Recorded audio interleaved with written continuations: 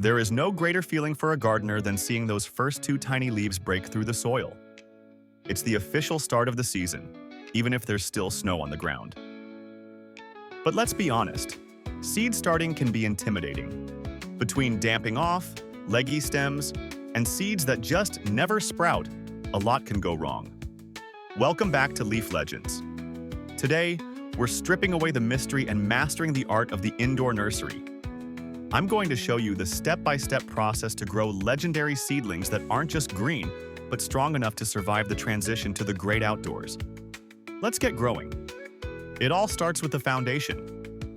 Most beginners make the mistake of using standard garden soil. Don't do that.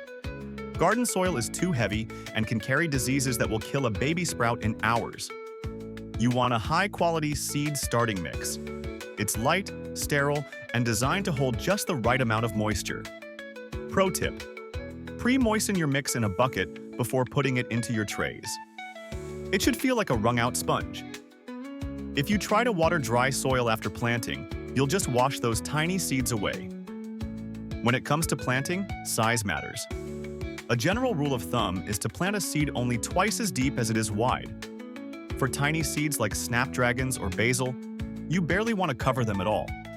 Once they're tucked in, they need two things: warmth and humidity.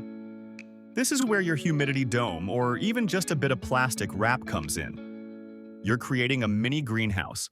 Place them somewhere warm like the top of your fridge to signal to the seed that winter is over and it's time to wake up. The moment you see green, the rules change. Take that dome off immediately and give them light. This is where most people fail.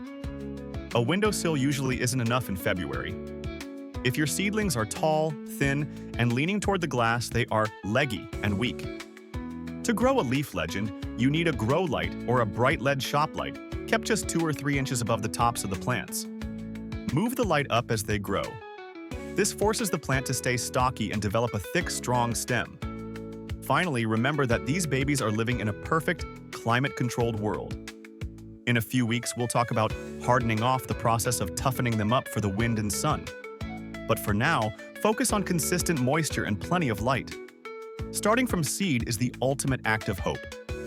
It's a bit of work, but when you harvest that first tomato or cut that first flower, you'll know it was worth it.